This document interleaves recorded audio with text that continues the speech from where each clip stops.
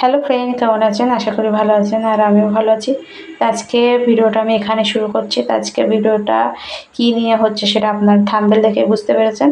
তো আজকে আমি আপনাদের দেখাবো যে খুব সহজে বাড়িতে থাকা একটি উপকরণ দিয়ে আপনারা গ্যাসের বার্নার কীভাবে একেবারে চকচকে ঝকঝকে করে তুলবেন।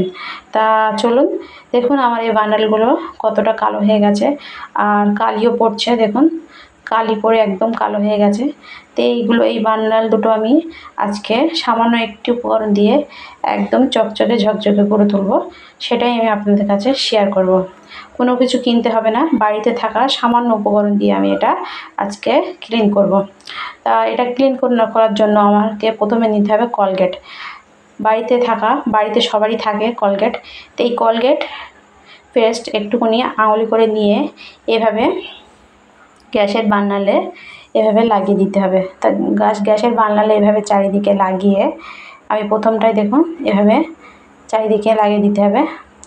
তা দুটো বার্নারে আমার ভালোভাবে লাগানো হয়ে গেছে। দেখুন এভাবে লাগিয়ে তারপর আমি কি করব, একটা ব্রাশ নেব। বাড়িতে পড়ে থাকা খারাপ ব্রাশই নেবেন।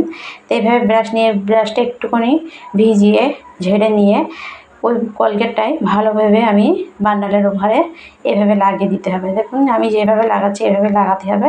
তো এভাবে ভালোভাবে লাগানোর সঙ্গে সঙ্গে দেখুন কলগেটের কালারটা চেঞ্জ হয়ে যাচ্ছে ময়লায়। তারপর আমার একটা লাগানো হয়ে গেছে। তারপর আমি এটাও এভাবে একই পদ্ধতিতে এভাবে ভালোভাবে কলগেটটা লাগিয়ে দিলাম। তা দেখুন আমার এপিঠ ওপিঠ দুপিঠ ভালোভাবে লাগানো হয়ে গেছে।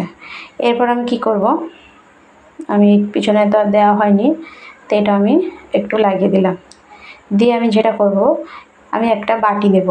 একটা বড় বাটি নিতে হবে, সেটাই বান্ডালগুলো ডুববে সেরকম একটা বাটি নিতে হবে। তা আমি একটা বড় বাটি নিলাম, নিয়ে বান্ডালগুলো রেখে আমি তাতে দিয়ে দিলাম একটু গরম জলটা গরম নিতে হবে। আর তারপরে দেখুন বান্ডালে গরম জল দেওয়ার সঙ্গে সঙ্গে জলের কালারটা দেখুন কতটা চেঞ্জ হয়ে গেছে। দেখুন আপনারা একবার করে দেখবেন, তাহলে বুঝতে পারবেন এর কাজ কতটা। তা দেখুন তারপরে আমি দিয়ে দিলাম 1 চামচ খাওয়ার সোডা। তা খাওয়ার সোডা সবার বাড়িতেই থাকে, এটাও কিনতে হবে না। তো 1 চামচ খাওয়ার সোডার পরে আমি দিয়ে দেবো অল্প একটু ভিনিগার। তো অল্প একটু ভিনিগার এভাবে দিয়ে দিলে দেখবেন এভাবে ফেনা হয়ে উঠবে। আর আপনাদের কাছে ভিনিগার যদি না থাকে পাতি লেবুও দিতে পারেন। তো এভাবে দিয়ে আমি 5 থেকে 10 মিনিট আমি এভাবে ঢাকা দিয়ে রেখে দেবো। ঢাকা দিয়ে রেখে এর মধ্যে আমি গ্যাসের যে ওভেনটা পরিষ্কার করে দেব। তা গ্যাসের ওভেন পরিষ্কার করার জন্য আমি বাড়তি কিছু নেব না। আমি এই কলগেট দিয়ে সামান্য একটু কলগেট দিয়ে কীভাবে গ্যাসের ওভেন একদম চকচকে ঝকঝকে করে তুলি সেটাই আমি আপনাদের দেখাবো।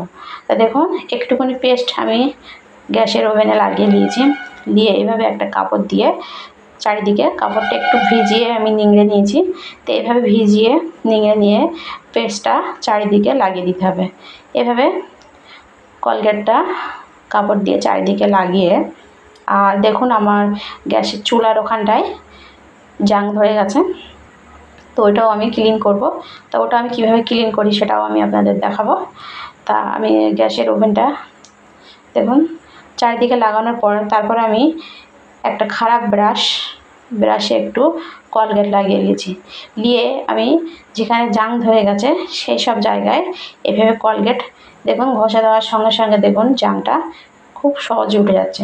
তো এভাবে একটু কলগেট দিয়ে এভাবে আমি ঘষা দেওয়ার জায়গাগুলো এভাবে একটু ঘষে এটা আমি লাগিয়ে দেব। তো এভাবে একটু ঘষে লাগিয়ে দিলে কী হবে, জাংগুলো সঙ্গে সঙ্গে উঠে যাবে আর একদম ক্লিন হয়ে যাবে।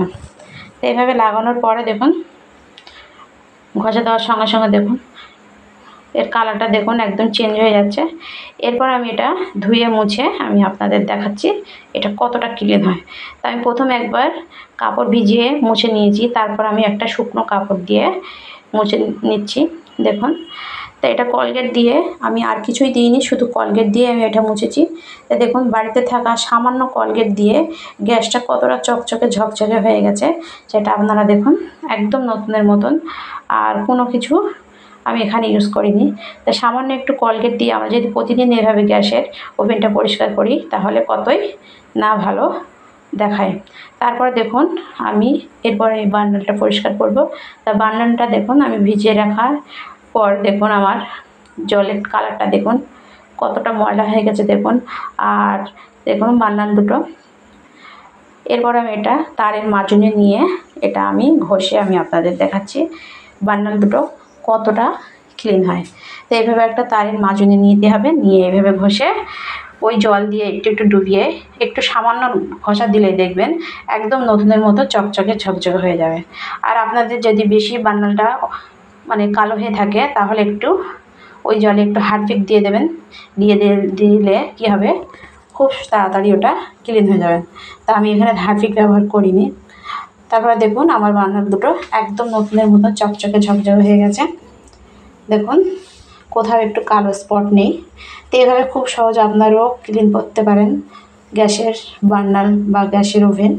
তা আমার এই ভিডিওটা আপনাদের যদি ভালো লাগে লাইক কমেন্ট শেয়ার করতে ভুলবেন না, আর সাবস্ক্রাইব করে আমার পাশে থাকবেন অবশ্যই। দেখা হবে নেক্সট ভিডিওয়। বাই।